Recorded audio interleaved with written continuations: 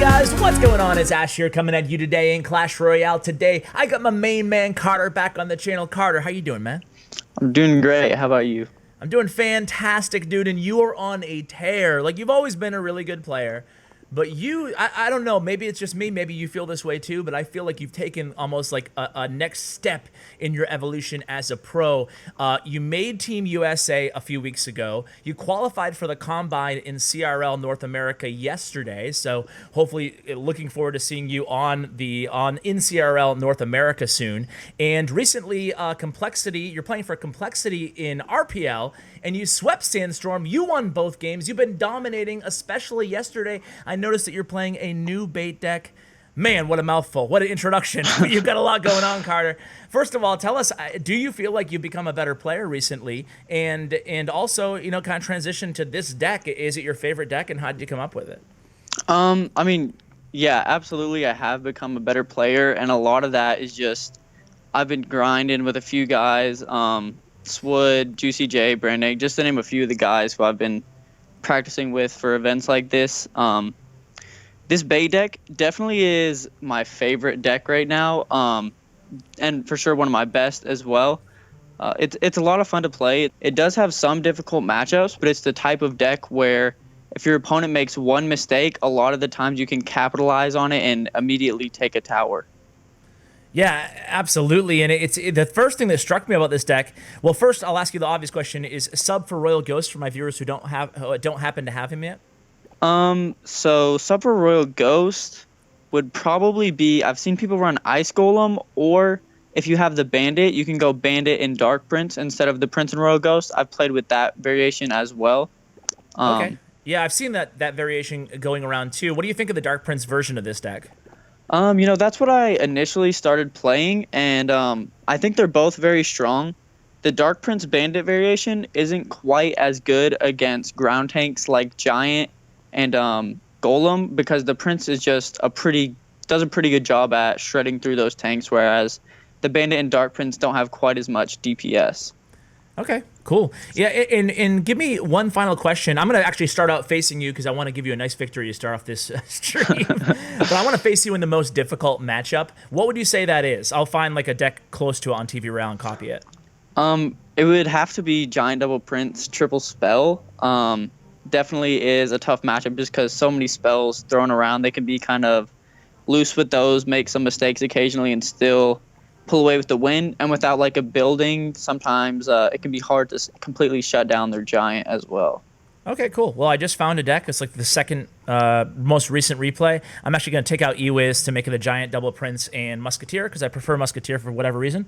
And right. Even though it's probably a little bit worse in the matchup. But either way, I'm ready when you are. I just want to ask you one final question before we hop into this replay, or hop into this match, I should say, is... I noticed that most bait decks don't have a damage spell. If Rocket sometimes, but not like the mid-tier damage spells. So this deck has poison. Thought process on having poison in this deck?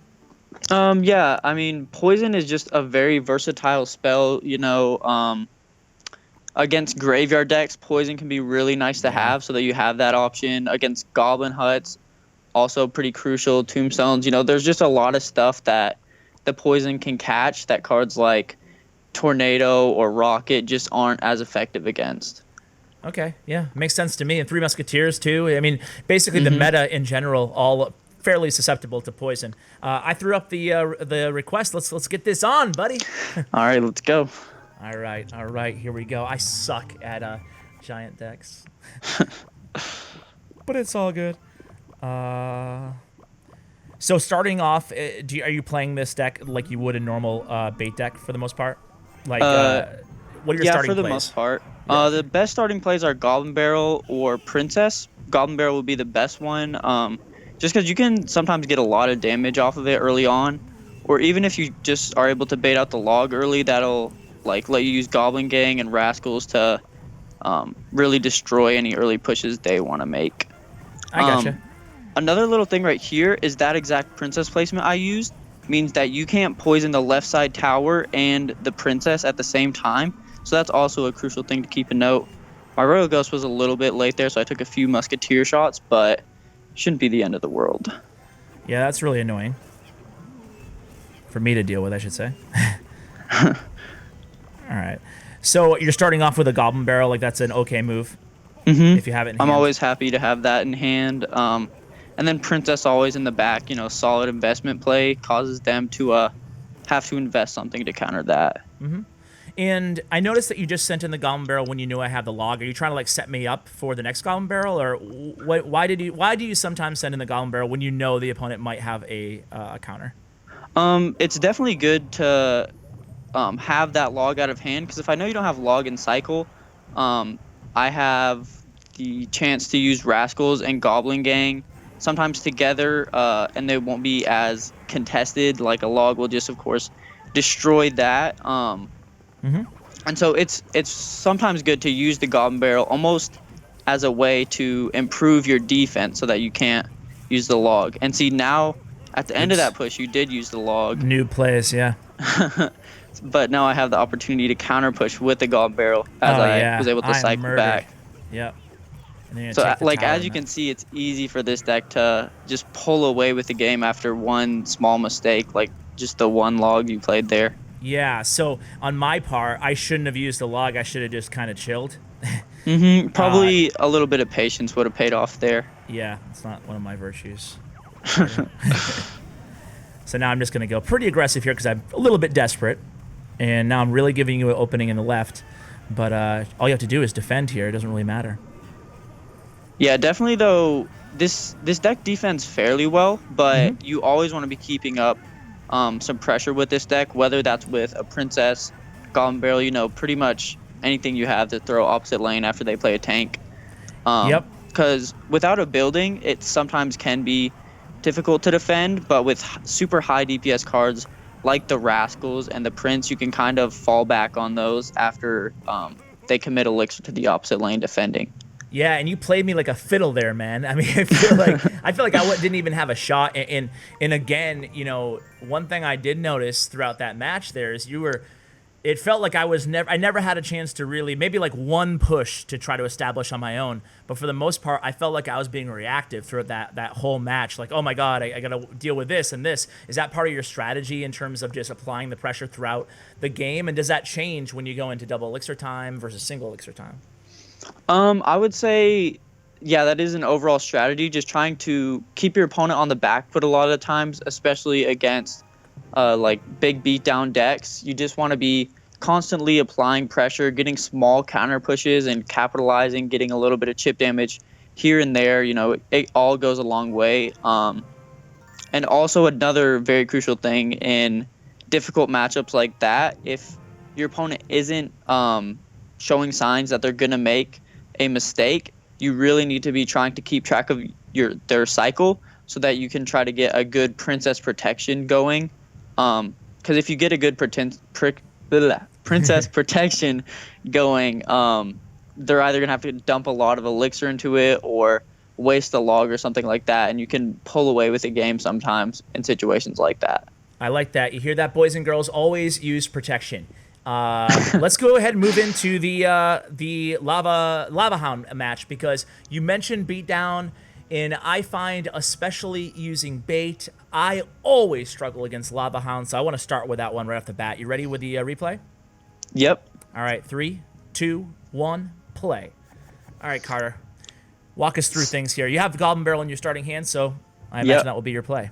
Always a good opener there. As far as the overall matchup strategy for the Lavaloon matchup goes, really what you're trying to do is once you identify that it is Lavaloon, you want to be patiently cycling your cards, but then as soon as they drop a Lava Hound in the back, you rush super hard in the opposite lane because they won't be able to defend it. And if they do try to defend it, sometimes they may not completely lose their tower, but that means that they won't be able to make a big push in the opposite lane. Okay. No, I get that. I'm going to pause here at like 2:15, 2:19 or so. Okay. So, a few questions here, because I want to make sure the viewers understand how to handle this matchup. So when you say you go all in the opposite lane, like what would be the ideal go all in, like Rascals Goblin Barrel or something? So like Rascals plus maybe Royal Ghost behind that, maybe a Goblin Barrel. It depends on your cycle because you don't want to be wasting elixir, of course. So you will need to be cycling some of these cards like Royal Ghost and Goblin Gang at time, which can make it a little bit tricky to have a good offensive cycle for when they Lava Hound. But really, you just need probably like maybe 2 cards, like a Prince and maybe a Goblin Gang, and then you want to try to have that Goblin Barrel if it's close in cycle as well, because a lot of the times what happened is maybe I go Prince Goblin Gang, they try to defend it with guards and minions, but then at the same time, if I have a Goblin Barrel at the tower, the Goblin Barrel will just be doing a ton of damage, and they won't have the elixir to answer that, or throw a balloon down or something like that. So all right, I'm gonna press play. 3, 2, 1, go. What about on the opposite lane? We talked about what to do when you're pressuring the other lane on defense. What about on offense rather? What about on defense? So obviously you're not very well equipped to stop a balloon or a lava hound. So are there certain cards, like obviously Princess being one of them, but maybe Rascals? I don't know. Are there certain cards that you're trying to save for the defensive end, or what do you do? Obviously you're probably tower trading. So how do you handle the defense? So defensively, you really, if they get a Lava Hound and a Balloon behind, you pretty much have no shot of defending that very well. Rascals can do good in some situations. Princess can be good for the pups. But honestly, it's all about the offense. So if you have Rascals, Royal Ghost in hand when they Lava Hound, don't bother saving the Rascals for the DPS. You just need to rush opposite lane because like there's no way you defend. And it seems like it would be a tricky matchup, but honestly, like I've tested this matchup quite a bit, and the bait player wins more than not, even against pretty good Lava Hound players. Wow, that's awesome to hear, because I know it's something that everybody kind of struggles with, because there's no obvious counter, but just because you don't have the defensive counter, it doesn't mean that you can't win, because you can be aggressive, like you said. So what about Rascals in this deck? I noticed that you split them behind your King Tower earlier this match. Is that something that you do often, or is it very seldom because when you don't have any play to do? Because obviously you would think, at least I would think, that you pretty much always want Rascals to be baiting out a log or something.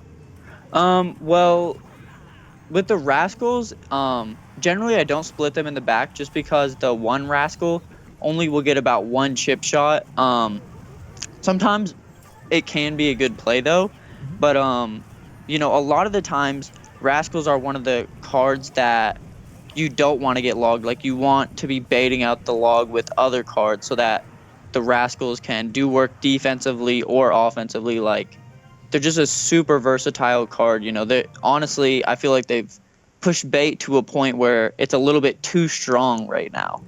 Wow, that's a really strong endorsement there. Let's go to the 12 win, and I like that what you said there, that Rascals are not necessarily your bait. Like even if you like you did to me during the match that we faced each other, you sent in that Goblin Barrel. I used log against the Goblin Barrel. That freed you up to use Rascals on defense against my Giant or whatever. So anyway, let's go ahead and watch the 12 win. 3, 2, 1, play.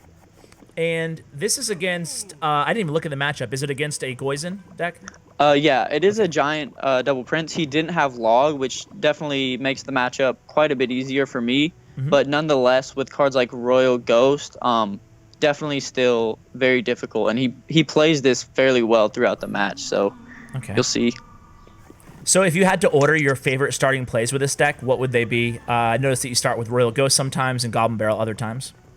So number 1 would be Goblin Barrel, number 2 would be Princess, and then if I don't have one of those cards in my opening hand, generally I try to wait a few seconds just to see if they will make the first play, and if not, then you know, Royal Ghost in the back can be good, Goblin Gang split in the back can be good, or if you have a really awkward hand, sometimes you can just cycle a log.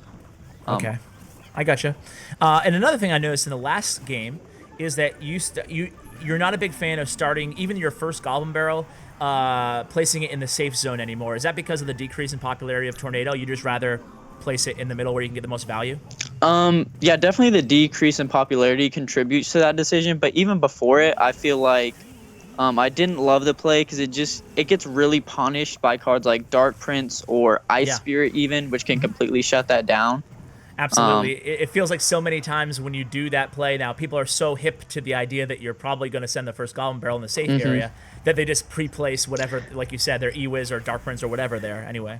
Yeah, of course, if you do see them play a card like Executioner or Ice Wizard that makes you think they might have Tornado, then it's probably a good decision to throw it in that that safe spot. But other than that, generally, just throwing it on target is pretty reliable. Okay, here we go. We're seeing the first big giant push out of your opponent, so I want to see exactly how you handle this. So as soon as you drop that giant in the right lane, you immediately responded with a Goblin Barrel and then cycled to a Prince, and it looks like it's going to be Rascals as well. Is that pretty typical of exactly what you're trying to do here defensively in this deck?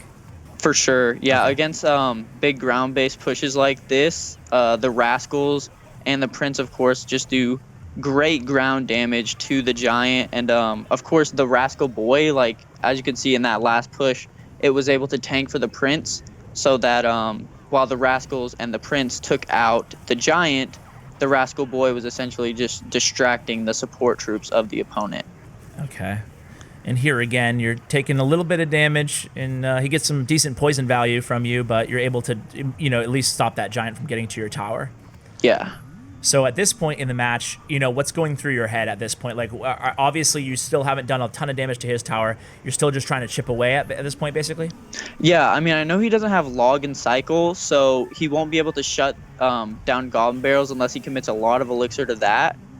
So I just know that I have to keep playing a little bit patient and wait for a good opportunity to strike, and just, keep cycling princesses, chipping with Goblin Barrels, and try to play. You have to keep up the tempo to some extent, but also don't go too aggressive that, I lose a tower on a big counter push or something. Yeah, I think that's where I kind of struggle with bait in general, is maybe sometimes I'm too passive and other times I'm too aggressive. Is there any kind of way that you've taught yourself or told yourself how to kind of find that sweet spot? I'm not sure that there is like one way to really identify that, but I've been playing bait for last 3 or 4 metas now, and it's been pretty strong in all of them. So just, I feel like the repetition with this deck, or really pretty much any deck, can help you learn stuff like that. Yeah. Do you feel so confident in bait and stuff like this that you will you'll run it in, like, I don't know, double elixir and collection day in Clan Wars? Oh yeah, I've done that a couple times actually, just using like really fast cycle bait decks, because I actually was able to max out my Goblin Barrel recently. So oh, nice, grats. Yeah. That's going to be crucial for bait as well. Yeah. Oh yeah. All right.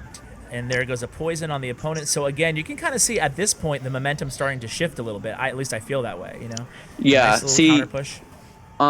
If you have a ground tank in front of your Goblin Barrel, it of course will do a ton more damage, and it can be really tough for them to defend when they don't have a log and cycle, or in this case, he of course doesn't have it in his deck at all. Absolutely, yeah. And the Royal, like you said, the Royal Ghost is proving to be a little bit of a pain, but you're able to dodge, or avoid him, I should say, pretty well. Yeah, for with sure. the Goblin Gang and stuff like that. So this is like your big opportunity here, it looks like. Yeah, so I mean, he just had to commit some elixir to the other lane. I'm chipping away at both sides with the Princess. So there I decided to apply pressure, because I knew he would want to go with the giant counter push. And, of course here I don't have a ton of elixir or a great cycle to defend, but the Princess just continues to chip away at that left side tower. Wow. Tell us a little bit about Princess at the Bridge, and like what goes into that. And there he goes, he gives up. Yeah. What goes into that strategy in terms of, what other types of matchups are you going to use a Princess at the Bridge? I mean, honestly, in just about every matchup at some point, it's a pretty good idea to have bridge princesses going to chip away. A lot of the times you're not directly placing a princess at the bridge unless it's like end of the game, you just need a little bit more damage. But you place it in the back or in the middle, and then as it walks up, if you have a good idea of their cycle, you can cycle the appropriate cards to defend your princess, and then it'll lock on tower, and then they get in panic mode, and they try to poison it or something crazy like that. That makes sense. Hey, let's watch this last replay real quick and find out how to deal with mortar. All right. 3, 2, 1, play. All right, so going against Gus, 100 Thieves Alpha. Shout out to the 100 Thieves Alpha Reddit Alpha fam. So I hate mortar decks, Carter. I'm not sure if you know that, but I passionately, not mortar users, but mortar decks, I just hate facing them, Yeah. So how do you deal with a mortar matchup with this deck? What are you saving? And like, let's just cover while we watch in the background. Let me just ask you this: like, let's say a perfect scenario. What are you doing as soon as they drop their mortar? Perfect scenario. It depends a little bit on their cycle, but a lot of the times I'll drop a Prince in the middle, same lane as their mortar, and if I know they have a Goblin Gang or something like that in cycle, I'll go for a prediction log because that's what they're gonna try to use to defend. See there, he didn't play the Goblin Gang, but I was able to hit one of the Rascals. And he actually does get a decent connection with the mortar right here. But yeah, but not too bad. I mean, yeah. could have been much But I mean, worse. Yeah. really against the mortar, you just need Goblin Gang, Rascals, or Prince to distract it initially, and then of course maybe Royal Ghost or one of the cards that I just mentioned that you didn't use as a distraction to get some damage onto that mortar and finish it off. And also having cards like Log in case they use a Rascals or Goblin Gang or something like that. And Poison, if they try to use Minion Horde, sometimes can be very effective as well. Yeah, if they're running the Hog Minion Horde version of the deck, which we don't have like a replay against, but that's my least favorite of the to face out of all the versions. What are you doing in that matchup? Like, are you saving Rascals for Hog? Well, I haven't actually played against that because this is just the deck I've used in GCs because I don't have the levels to play it in Gotcha. tournament standards. But I mean, you have a few cards that can be a decent counter to Hog. Like Prince allows one shot, Rascals allow only one shot. A well-timed Goblin Gang actually also only allows one shot. So all of those can be decent. You know, you have a few cards that are pretty good DPS. So, you know, there aren't very many matchups where you're just trying to save a specific card for like their win condition. Of course, against like Giants and stuff like that, usually you want to have at least one between Prince and Rascals. Yeah. They both do great DPS. Yep, and here goes Rascals on Rascals here in the right lane, and forcing. So far, like you, obviously he's in the lead very, very slightly, but you're not. Obviously, you're not like panicking. You get a lot of damage on that Royal Ghost. I think that Royal Ghost is like one of the sneaky best cards in the game. Do you agree? Oh yeah, it's amazing in this meta with the Rascals being so popular as it just shreds through those girls, and then it'll also finish off the boys and counter push. Yeah. So I mean, I'm using it in a ton of my decks right now. Definitely a great card if you have it unlocked. Absolutely, and he can even like deal with three musket. He can deal with a two musketeer lane by himself. It's just versatile against everything. So yeah, that's another thing. In the three musketeer matchup, having the Royal Ghost allows you to poison the pump pretty much every time, and then you can drop Royal Ghost or maybe a Princess Log combination on the two musketeers while Rascals or Prince deal with the one must side. So that's also a very good matchup. Yep. And here we go. Oh boy. So he makes a mistake there, I would say. Yeah, he goes pretty aggressive. Not exactly sure why with I'll me tell you having why. poison and cycle. At least I think why is because Gus probably did what I would have done and totally forget that most bait decks figure that bait decks don't run poison and totally forget that you have it. Yeah, I mean, I guess I hadn't. I'm not sure if I had played it at all this game up to this point. Generally, if you have a card like Princess or even Goblin Gang or Rascals in cycle and you have the elixir for it, poison isn't the ideal counter just because you don't get a counter push off of it or anything like that.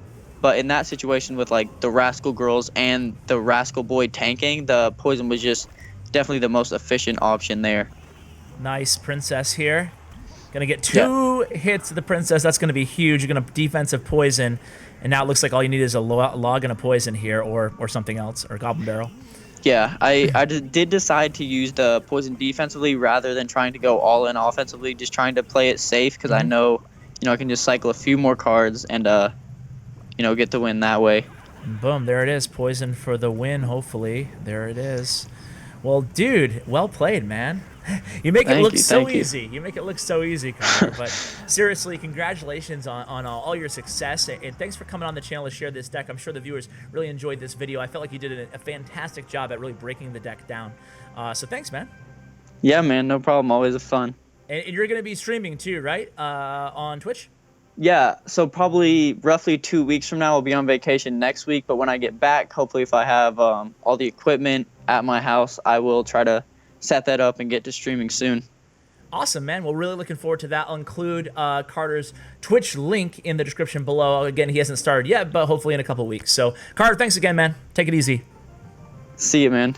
All right, guys, that's going to do it for today's video. Again, hope you enjoyed. Huge shout out to Bren Chong, my YouTube partner. Check out his information in the description below. I mentioned Patreon for the first time in like years yesterday. Thank you all to who pledged overnight. I really appreciate it, guys. I'll update my description with the names tomorrow. Thank you so much for watching all the way till the end. And as always, take care, guys.